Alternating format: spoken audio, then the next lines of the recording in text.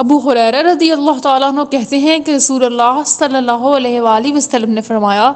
ظن و گمان کے پیچھے پڑنے سے بچو یا بدگمانی سے بچو، اس لیے کہ بدگمانی سب سے بڑا جھوٹ ہے، نہ ٹو میں پڑو اور نہ جاسوسی کرو۔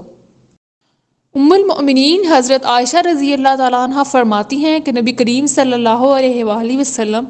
ظہر کی فرض نماز سے پہلے 4 رکعتیں اور صبح کی فرض نماز سے پہلے 2 رکعتیں نہیں چھوڑتے تھے۔ بسم اللہ الرحمن الرحیم۔ فضالہ بن عبید اللہ رضی اللہ تعالیٰ عنہ کہتے ہیں کہ رسول اللہ صلی اللہ علیہ وآلہ وسلم نے فرمایا، ہر میت کا عمل مرنے کے بعد ختم کر دیا جائے گا سوائے سرحد کی پاسبانی اور حفاظت کرنے والے کے، اس کا عمل اس کے لیے قیامت تک بڑھتا رہے گا اور قبر کے فتنہ سے وہ مامون کر دیا جائے گا۔ ابو بردہ کہتے ہیں، مجھ سے ام المؤمنین حضرت عائشہ رضی اللہ تعالیٰ عنہ نے بیان کیا کہ نبی کریم صلی اللہ علیہ وآلہ وسلم جب بیت الخلاء پہانا سے نکلتے تو فرماتے تھے، غفرانک، اے اللہ میں تیری بخشش چاہتا ہوں۔ سہل بن سعد رضی اللہ تعالیٰ عنہ سے روایت ہے کہ نبی کریم صلی اللہ علیہ وآلہ وسلم نے فرمایا، قسم اللہ کی، اگر تیری رہنمائی سے اللہ تعالیٰ ایک آدمی کو بھی ہدایت دے دے تو یہ تیرے لیے سرخ اونٹ سے جو بہت قیمتی اور عزیز ہوتے ہیں بہتر ہے۔ سعید بن زید رضی اللہ تعالیٰ عنہ کہتے ہیں کہ نبی کریم صلی اللہ علیہ وآلہ وسلم نے فرمایا، سب سے بڑی زیادتی یہ ہے کہ آدمی ناحق کسی مسلمان کی بے عزتی کرے۔ معاذ بن جبل رضی اللہ تعالیٰ عنہ سے روایت ہے کہ رسول اللہ صلی اللہ علیہ وآلہ وسلم نے میرا ہاتھ پکڑا اور فرمایا، اے معاذ، قسم اللہ کی میں تم سے محبت کرتا ہوں، قسم اللہ کی میں تم سے محبت کرتا ہوں۔ پھر فرمایا، اے معاذ، میں تمہیں نصیحت کرتا ہوں، ہر نماز کے بعد یہ دعا پڑھنا کبھی نہ چھوڑنا، اللہم اعنی علی ذکرک و شکرک و حسن عبادتک، اے اللہ اپنے ذکر، شکر اور اپنے بہترین عبادت کے سلسلے میں میری مدد فرما۔ عبد الرحمن بن سمرہ رضی اللہ تعالیٰ عنہ کہتے ہیں کہ نبی کریم صلی اللہ علیہ وآلہ وسلم نے مجھ سے فرمایا، اے عبد الرحمن بن سمرہ، امارت اور اقتدار کی طلب مت کر، کیونکہ اگر تم نے اسے مانگ کر حاصل کیا تو اس معاملے میں اپنے نفس کے سپرد کر دیے جاؤ گے، اور اگر وہ تمہیں بن مانگے مل گئی تو اللہ کی توفیق اور مدد تمہارے شامل حال ہوگی۔ معاذ رضی اللہ تعالیٰ عنہ کہتے ہیں کہ رسول اللہ صلی اللہ علیہ وآلہ وسلم نے فرمایا، جس نے اپنا غصہ پی لیا حالانکہ وہ اسے نافذ کرنے پر قادر تھا تو قیامت کے دن اللہ تعالیٰ اسے سب لوگوں کے سامنے بلائے گا، یہاں تک کہ اسے اللہ تعالیٰ اختیار دے گا کہ وہ بڑی آنکھوں والی حوروں میں سے جسے چاہے چن لے۔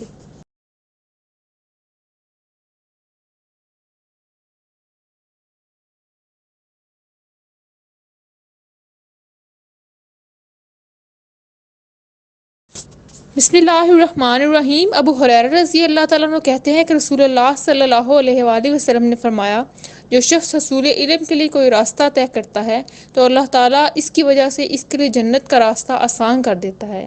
اور جس کو اس کے عمل نے پیچھے کر دیا تو اسے اس کا نسب آگے نہیں کر سکے گا۔ اس سند سے بھی ام المؤمنین حضرت عائشہ رضی اللہ تعالیٰ عنہ سے یہی واقعہ مروی ہے۔ وہ کہتی ہیں،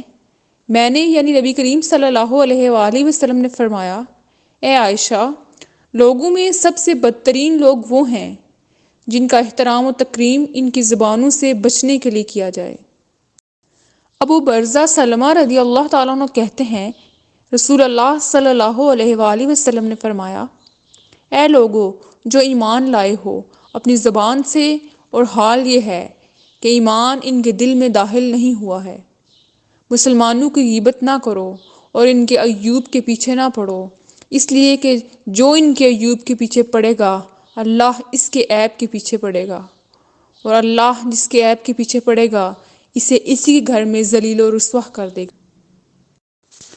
عبداللہ بن عمرو بن العاص رضی اللہ تعالیٰ عنہ سے روایت ہے کہ انہوں نے نبی کریم صلی اللہ علیہ وآلہ وسلم کو فرماتے سنا، جب تم مؤذن کی آواز سنو تو تم بھی وہی کہو جو وہ کہتا ہے،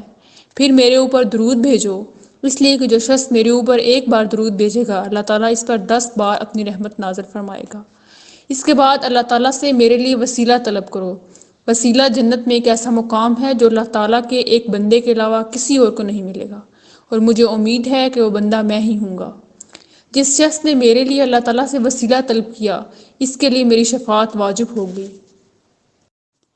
عمران بن حسین رضی اللہ تعالیٰ عنہ کہتے ہیں کہ نبی کریم صلی اللہ علیہ وآلہ وسلم نے فرمایا،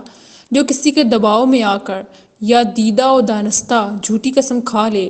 تو چاہیے کہ اس کے سبب وہ اپنا ٹھکانہ جہنم میں بنا لے۔ معاویہ بن حیدہ کشیری رضی اللہ تعالیٰ عنہ کہتے ہیں، میں نے رسول اللہ صلی اللہ علیہ وآلہ وسلم کو فرماتے سنا، تباہی ہے اس کے لیے جو بولتا تو جھوٹ بولتا ہے تاکہ اس سے لوگوں کو ہنسائے، تباہی ہے اس کے لیے، تباہی ہے اس کے لیے۔ نوفل رضی اللہ تعالیٰ عنہ کہتے ہیں کہ نبی کریم صلی اللہ علیہ وآلہ وسلم نے ان سے کہا، قل یا ایھا الکافرون پڑھو، یعنی پوری سورت پڑھو اور پھر اسے ختم کر کے سو جاؤ، کیونکہ یہ شرک سے برات ہے۔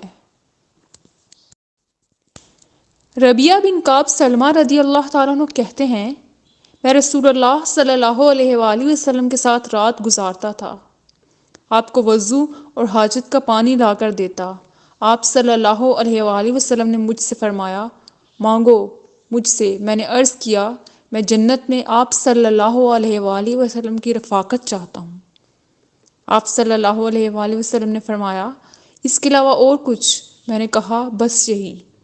آپ صلی اللہ علیہ وآلہ وسلم نے فرمایا، اچھا تو اپنے واسطے کثرت سے سجدے کر کے، یعنی نماز پڑھ کر میری مدد کرو۔